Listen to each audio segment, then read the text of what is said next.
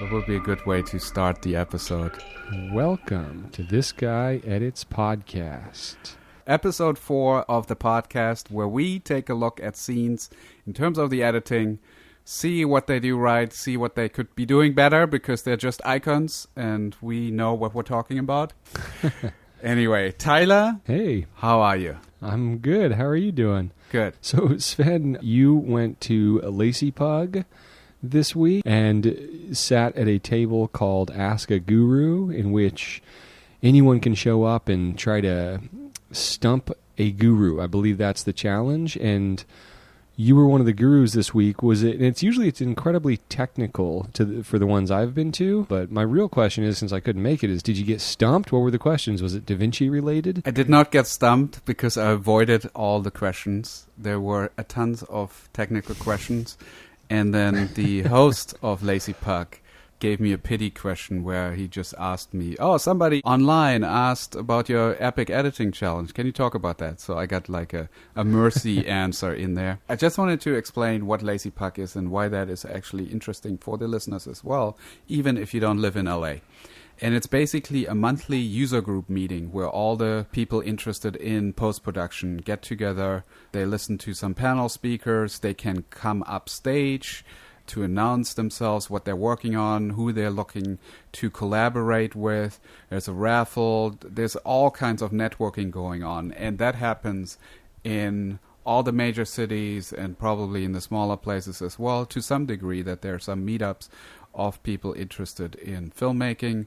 And it's definitely something that I really appreciate going to. It's something that I didn't really do at the beginning of my career, but now that I'm doing it, I get so much out of it, and I can highly recommend to go to that monthly meeting and just listen in and get comfortable. And it really is helpful when you need to reach out to people. But no, all the questions in the audience I wouldn't have been able to answer, but thank God I was with 3 other gentlemen who were super knowledgeable about stuff like LTO and server backing up and file organization. They completely answered all the questions. Yeah. Well, also what we call that is stumped, when you don't have answers to any of the questions. Yeah, but they didn't know because they weren't directed to me directly. But I probably won't be invited back, I have the feeling. Maybe not as a guru for technical and software, which is such a specific thing. But that the separation between creative and technical is a huge thing in editing that's often overlooked. Patrick came to my class, who's another one of the gurus, Patrick Sotheran, and I explained that's what he did. And then any casual question the students asked, just a normal question like, hey, so how'd you get started? I would go, stumped, you stumped him. And he would be like, I'm not stumped. So that was fun. Yeah, I visited one of Tyler's classes, and it was really amazing. It inspired an episode on the channel, and it was really cool to see you play scenes in the class and look at very specific editing details that I wasn't even aware of. Well, thanks, Sven. You're welcome. Are you ready? Game of Thrones. Do you like games, little man? Let's play a game. Yeah, so how did this come about, this idea? We talked about it last week. Edit Fest. I was there. There was an editor there from Game of Thrones. His name was Tim Porter, and he showed the Battle of the Bastards. He didn't show the entire scene. We only looked at probably 7 minutes or so. And I was just blown away because I haven't seen any of the Game of Thrones later episodes, and just unbelievable. It's just, that's not television. That's not even theater. This is epic stuff. Yeah. I was blown away. Yeah, I have a whole perspective on that I will share maybe a little later. And are we watching the full scene, or we're watching just a chunk of it? I thought what we should do is I looked around. I found one really good clip online, and it's just the sort of the first third of the battle. So the calm before the storm, and then as the battle starts. And that should really give us a good idea about a couple of things in terms of the editing, the storytelling. And then if we wanted to, and people are really interested, we can maybe do a follow-up episode and go back in and look at more of the actual battle. Yeah, it seems like we're focusing more this episode on the build-up to the actual battle rather than the battle itself. That's true. Tim Porter really talked about the actual battle, and I can throw in some fun facts about how that was shot and edited, very specific turns in the battle. The thing that's always interesting to me with action scenes is how a lot of times people separate action from story, right? You tell someone, oh, it's a character-based movie. It's kind of like, that's a different thing than being told, oh, it's an action movie. That's going to be a different demographic. But the most successful movies, I feel like, blend those things seamlessly. And I feel like we saw that in the example with Spider-Man. I feel like we definitely see that to some extent in this. And also, everyone's like, oh, the good drama's on TV. But it also seems like the most innovative battle scenes and fight scenes are on TV now, too. To me, if you compare this scene to the first 40 seconds of the Transformers The Last Night, or the trailer for that, it's garbage, but there's clearly a much larger production value in it. And yet, even working with smaller resources on something like this, I think it's interesting how much more effective it can be, because I feel like they are writing every line. Look how intricate this is, just in terms of every single moment means something. I'm basically not a huge action fan, but I'm an action fan when the action drives narrative. And I feel like with Battle of the Bastards, it's all about narrative. It's about characters making choices, facing obstacles, this immediate need to pursue these goals. Whenever you have that in a scene, you have drama. And whenever you have that in a battle scene, you have not just the spectacle of like, oh, look how amazing this is. It's about these characters sacrificing and trying to survive, trying to save somebody. That is really intriguing to me and really interesting. And that's why I do want to talk about this specific scene, because even though I don't know anything about who's in there, I'm visually and emotionally engaged trying to figure out if the good guy is going to survive. Right, and knowing nothing who the good guy is.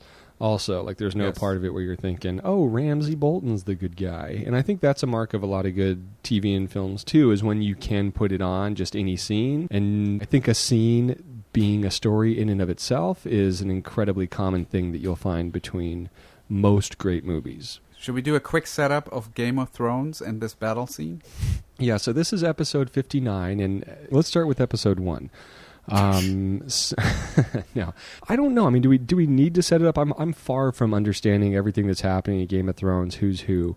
But one thing that's very clear is that for these 59 episodes, we have set up that Ramsay Bolton is a huge dickhead. He's done monstrous and horrifying things, and we've been waiting for him to get taken out. Now we're finally seeing our hero, Jon Snow, returning from the North Wall to have a crack at that, and things don't go the way that we expect. But also the stakes, and I think that's what we're going to be talking about, is how the mission of the scene is so clear. Like, Ramsay just needs to die, and what a good job they do from a writing perspective of just heightening that and reinforcing and doubling down on the cards that are on the table with that death at the beginning of the scene. And I don't know if much more needs to go into like, oh, who Jon Snow has rounded up, or who Ramsay Bolton is fighting. I would just add that, basically reading Wikipedia right now, critics described the battle in the North as terrifying, gripping, and exhilarating. The battle took 25 days to film, required 500 extras, 600 crew members, and 70 horses.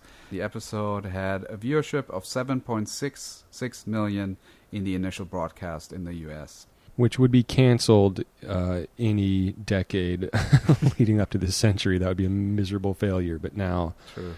That's pretty amazing. 40 million used to be like 20 to 30 to stay on the air. Right. I can add to that. So if somebody wants to add it to Wikipedia, the editor reported that it took also 25 days to edit.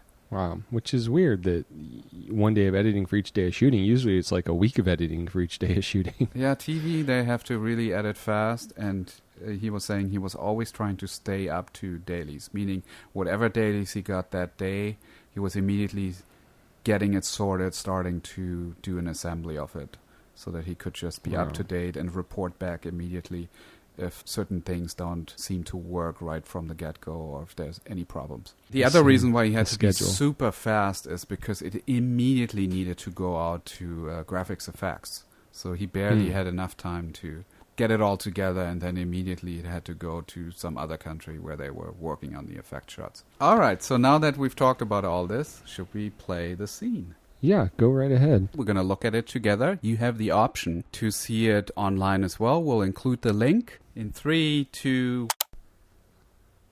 Right, so the troops are gathered along the tree line, and this appears to be Jon Snow's forces here.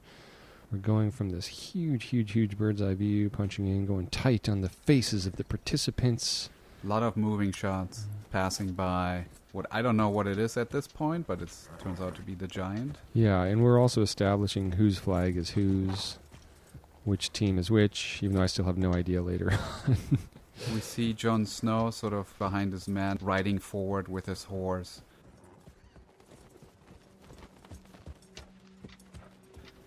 To the front of the line. This is when we reveal the giant for the first time. 2 different angles, high angle, low angle. Some more important characters. Now another giant shot. Yeah, now we see we get a sense of the architecture of how many people there are. Yeah. Now we see what we're up against. Yeah, the other side. It's kind of a rising shot, a drone shot, where it goes from the back of Jon Snow all the way up into the sky. And see the other army. We cut to a shot of a burned body, still burning. And then in the background, out of focus, we see the opposing side. The defending side. The defending side. Okay. They look way more organized. They all look the same. They're all clean. They all are armored. These shields should have been a big clue. We just saw those shields, yet Jon Snow had no idea how those might end up being used.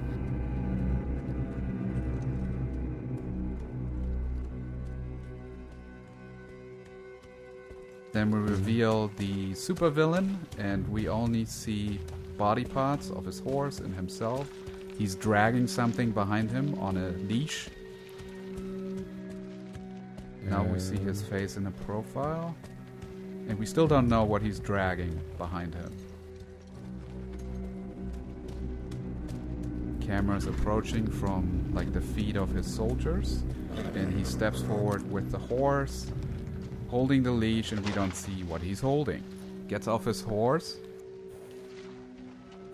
Just because he's such a treacherous character, they're really milking this idea of we can set up what it is. You know, people are going to be thinking, oh, it could be anything. And now we see Jon Snow's reaction, which is interesting because a lot of this is now going to be told through his reactions, and that might be a little part of this scene that I take issue with.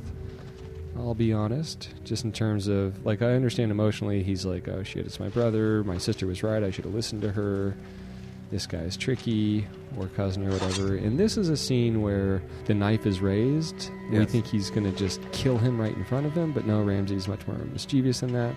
I feel like if I was at the distance he is at, I feel like what they hint at with the editing here, I felt like with this, the implication is that he's disemboweled him.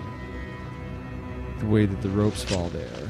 Okay. I don't even know from that distance if I would know that he hadn't been killed if I was Jon Snow. Do you like games, little man? Should we pause at this point and talk a little bit about some of the things we've seen? Yeah, go right ahead.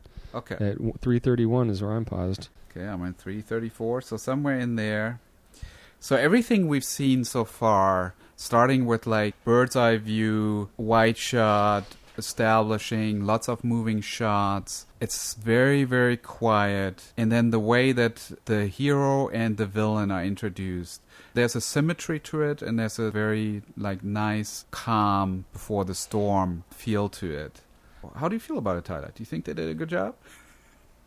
You know, to some extent, it's just about hitting those story points and stuff like that. And they're also banking for the big, expensive stuff that's about to come. Yeah, what I really like about it is we're at 3 minutes 30, and it doesn't feel like time has passed. It feels like 30 seconds to me. Mm-hmm. It's so cinematic. The moving shots across the army. It works so well that we don't get bored, and we don't have to say anything. We can just experience it. That's really great editing, when you can just tell the story visually, let it be what it is. It feels like we're not rushing anything, and it feels not like it's overindulgent, just right. All building up to a big story point reveal of who does he have, and how will Jon Snow react to that new information in this scene. Things are constantly going sideways, so that's always good. Yeah. Visually, it's also really good how, even though in terms of the color, it's all sort of the same, you still notice a difference between the good guys and the bad guys. For example, the good guys all look like just wildlings, like not very organized, even though there's some formation to it. Everybody is an individual. They're scarred and weathered. And the other guys, they just look like your regular army, kind of like Romans, almost. Yeah, which is fitting considering their battle style. Now, wildlings, is that something you said because you watched the show, or is that just a phrase you made up? I might have read that on Wikipedia. Oh, okay. Why is that what they're called? Literally, well, one of the factions that Jon Snow is commanding is now the wildlings. Okay. All right, is you ready to continue? Yeah, I'm at 333 in 3, okay. 2... The sooner you make it to him, the sooner you get to see him again. So now we're entering the second part of the scene where it's about that kid trying to run across the field. And Ramsay is telling him, you gotta run, and if you make it over there, you'll live. No, you have to run, remember? And you also have to run in a straight line only. Okay, I was going to talk about it. That's like a big flaw. Jon Snow's an idiot, right? Jon Snow is not a good battle strategist. This is such a big deal, but we'll get to it. So Jon Snow jumps on a horse and he tries to get towards what you said is his brother. Is that what it is? And trying to save him while Ramsay is now starting to shoot some arrows at him as he's running. And of course the first one misses him barely, but at that point... Because he's toying. Shouldn't the kid think, you know what, I should not be running in a straight line. Maybe Jon Snow would scream it, move, go left and right. I guess he's too far right there. Yeah, like, put some serpentines in there, keep us... Right. Yeah. Keep it surprising. But no, he's just running in a straight line, and Ramsay keeps missing. Yeah. And, I mean, the thing with Ramsay is I feel like even if he was running jaggedly, he could just... But the cool thing with the timing of this is he shot the second arrow a minute ago. Here's the third arrow. Yes. This, I think, is the second arrow that lands. That was the second arrow. And the third arrow has already been fired, and I think it's going to hit him. It's great suspensefully, but it also works out realistically. Can we pause here for a second? Sure. 528. Perfect. I didn't get that the second arrow, because I felt like they never showed the second arrow land. But you're right, it's the one that just misses him by a hair, and then he runs... past it and breaks it as he hits it. Yeah, that's great. Totally missed it. But it's fun also because it could also be that Ramsay was just, fired a third arrow that we didn't see, but also even if that was the case, I like the idea with the editing that Tim Porter made the decision to make the third arrow be the one that was already fired, and how perfectly this was all planned out on Ramsay's part. Yeah. I mean, maybe that's the attempt to really tell the story in 3 beats. That makes total sense. I just felt like the second arrow, we never showed what happened to it, but I guess the timing was a little off. But it's been long. He's been running longer, so that kind of makes sense, I guess, after the fact. Yeah, and I think that the suspense moment aspect of it, of tricking you to think, oh, he made it. Like, no one's questioning that the kid gets pegged by a third arrow, but the fact that there's that underlying truth to it, which is, oh, that's when we saw him fire. I don't think it matters here nor there. Yeah. It's a weird choice not to show him fire it, but I think that maybe listening to it at full volume or something, it's pretty clear that those are the 3. Now, as an editor, if I had the chance to be part of what they call a tone meeting, which is when the showrunner and the director sit together and discuss the episode they're about to shoot. They go through each scene. Many times the editor gets invited to these meetings. If I would have felt like I could voice an opinion, storytelling always needs to be plausible but surprising. The plausible part here is he's running, the guy is shooting the arrows, and eventually he might hit the guy. That's what I'm expecting to happen, right? Now, that's not very surprising. It's exactly played out that way. Yes, it takes him 3 arrows to hit the guy, but we as an audience, we're not surprised all that much that at the end the guy dies, because that's kind of what we're expecting. So as a storyteller, you have to, even though that's the outcome you need, You have to say, how do you tell the story in a way that the audience still gets this experience of, he got away, and oh shit, I didn't see this one coming. Right. As an editor, I would have said, well, how can we tell this in a way that it is surprising? So, for example, what if there was another soldier that embedded himself, like buried himself into a hole right there at that point or close enough, and that would then just come out and finish the guy off once he is safe, so to say, like the arrows can't reach him anymore. So a scenario like this, yes, you could argue, well, it needs to be the villain that goes for the kill. That's just one example of saying, how do you get to the same result, but do it in a way that it is surprising? Yeah, well, I think the surprise is the fact that the kid's alive at all. I think the thing with Ramsey is everything about him is about torturing and manipulating and deceiving and tricking, and every time he tortures someone or like mutilates their genitals, it'll come after he's brought in 3 women to arouse them or something like that. So in terms of his character, this makes sense. And I think the surprise, if anything, to me watching it was, oh, holy crap, he actually got so close. And of course, he wasn't missing with those first 2 arrows. He was either coordinating his shot or, forcing the kid to keep running, maybe to some extent keeping him running in a straight line because they're landing to his left. And I think the only surprise to me was, oh, he's actually going to make it. And then, oh, damn. The more surprising thing is that Jon Snow didn't have a better plan to combat this. Yeah, is there any visual clue that he intentionally missed? No, but it's just knowing the character. Okay. And that's subjective on my part, but there's no way he would. And the other thing with it is you're realizing to some extent, oh wow, we really are on his battlefield and we're totally in his control, because there's no way he would have just stabbed him there. Like his ultimate satisfaction is this kid dying within arm's reach of Jon Snow. That's right. The ultimate psychological victory for this battle. Right. And then Snow's stranded also, who really has no idea what he's dealing with, how woefully unprepared he is. If it really was intentional that Ramsey missed, I would have liked to see visual clues that tell me that. Right. Like maybe a shot of him aiming to a specific point, and just before he does, he like intentionally veers off a few degrees and then releases the arrow. Stuff like that, because that's Sure. a great character choice to miss intentionally. But yeah, that for could sure. that could be told. Yet also there's something fun about the fact you're sitting there with your 25 days to edit with the footage. It is an editing choice to make, is what is actually more effective and surprising in terms of the audience, and this is a conversation that maybe would happen editing it, is the idea that he's clearly making the choice to miss, or the idea that with every arrow shot, the audience is like, oh, this is the one. Yep. He decided to kill him now, and then, oh, he didn't. It always felt in his control to me, but again, that's totally subjective. So then you have to decide which surprise you want, that it's clear he's toying with him, or like, oh, it's going to get him, and then, oh shit, he actually escaped. Maybe it wouldn't have worked, that feeling that he made it, if they hadn't have tricked the editing in that way of this second arrow happening after the third one is fired and stuff like that. Yeah.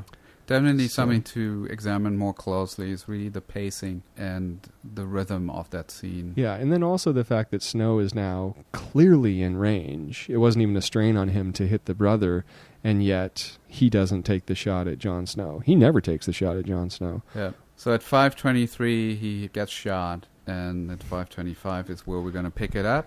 In 3, 2. So camera moves in on the kid as he's dying. Slow-mo of Jon Snow on the horse. He's like, oh my god, he's really dying. Low angle at him. And then his POV of the kid dying. And the cloud passes over him, which was done in post, probably. Yes, beautiful. Everyone's shocked. He's realizing, oh, he is as bad as I was told. And he's saying, yep, I did that shit on purpose. I mean, that's what that shot looks like to me. It's a standoff. They're staring at each other. And they're intercutting another guy who I guess is the leader of his... The wildling, baby. The wildling. Like wildlings? Yeah. So here and Ramsey smiles. That's what makes me think all this was part of his plan. There's no way he was missing. Snow's just perfectly in his trap. It's ridiculous. And now the other thing that we're learning, the degree to his plan, is now these arrows are landing behind Jon Snow. Or he knows the only way to avoid getting hit himself is to run towards Ramsey. So it's like this big noose that's being tightened. Yeah, so by Ramsey's Ramsey. army just shot a bunch of arrows. He misses them, and now they just run towards each other, the two opposing armies. Well, the one army with a really crappy leader that's now put themselves at the risk of dying on the battlefield, that army runs towards the other one. The other one executes their next chess move. Yeah, we're intercutting slow-mo shots of profile horses with high shutter speed shots. Mm-hmm.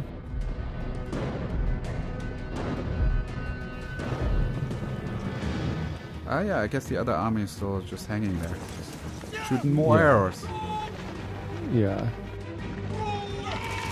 Oh, now they take him off his horse, which is amazing. He's still alive. What are the chances? His horse dies, but he's still alive. And they couldn't fire straight. Like Ramsey was firing at a straight angle, and these guys have to fire high. Like Jon Snow would be dead if they fired straight. I mean, it has to be a plan, right? Sure. So he's fallen off his horse. He gets back up, and he faces the oncoming onslaught of. What are those? These horse riders? What do you call that? Horsemen? Oh, the cavalry. Cavalry. Beautiful. And he decides, okay, I'm going to take them all on. He's drawing his sword. And it's a beautiful shot from behind. He's in focus. And this army is just like soft focus, a long lens as they're approaching him. And he's like getting ready to fight whoever he can, but really knows he's going to die in just a second. Yeah.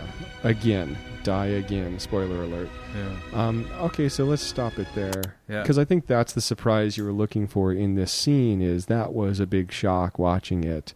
Of oh crap, this battle has begun. Which is there's so much character setting up in the beginning of that, and the emotional stakes, and just that the flag that is planted that's like Ramsey has to die, and that's Jon Snow's mission through this whole thing, which it was before, but now.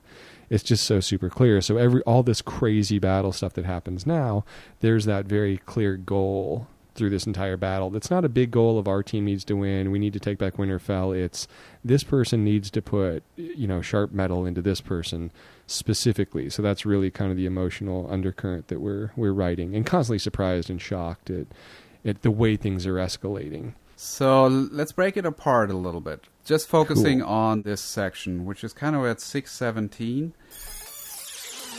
So we see a profile shot of the archers drawing their bows. What's interesting about watching this sequence of them drawing and aiming and firing, and then seeing the arrows flying in the air, and then seeing them fly past Jon Snow. That's a really clean way that this was edited, where we exactly know where we are and what the relationship is between the characters. So we start off with a profile of this line of archers, cut to behind their kind of silhouettes as they're drawing and pointing the bow into the sky. Then we cut to high angle shot. This is all cut on action. So as they're moving up the bow, we're seeing a wide shot of them aiming, and the arrows, and this is amazing, the arrows basically fly through the camera. The camera is like 300 feet away or more. The arrows fly into the camera.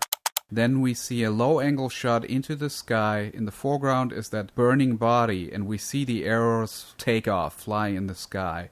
Cut to Jon Snow, his reaction, oh shit, they're coming. He rides out of the shot. We go to a wide profile shot of him in this empty field running towards the army. From behind, we see the arrows hitting his brother. Assumingly, that's his brother. Right. So it's just beautiful how the camera moves around this field with the arrows to really pick up what's happening and then the reaction of Jon Snow. Right. And then also, just for filmmakers, directors, and editors, how important those... Because I forget if there's an important character hanging upside down, burning from those crosses or something. But what a great landmark they provide for the storytelling in terms of knowing where the characters are. Because when you see the arrows pass through the air with that landmark that's been set up so clearly in the scene of a burning cross, you kind of know how much closer to each other things are getting and where everything is in relation to itself in the scene, which is a really valuable thing to have, because they're really the only thing that's not mobile in this entire scene.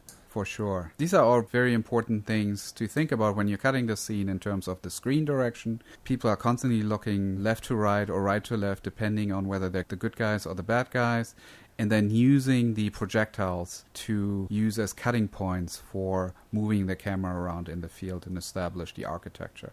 Yeah, and we can talk about where the screen direction gets a little confusing later, but you still understand, not confusing in terms of what's happening. It's always very clear with the pile of bodies and the shields surrounding everybody, which way everything's facing. It's just a little confusing in terms of a plan on Ramsay's part. And on Jon Snow's part, too. I mean, you get outflanked like that? Good Lord. There's literally a guy in a few minutes that's like, wait a second, we could make even worse military decisions right now. Charge! I think that's the line. Or it's like, what are we doing, just standing here? It's like, yeah, you're the flank, you idiot. Sorry. But, like, everyone would be alive if those guys stayed their ground. But I'll save it. Okay, I think we can basically move on. I mean, these horse riding shots are really beautiful, and they're milking the drama here by slow-mo, intercutting it with the high-speed shutter.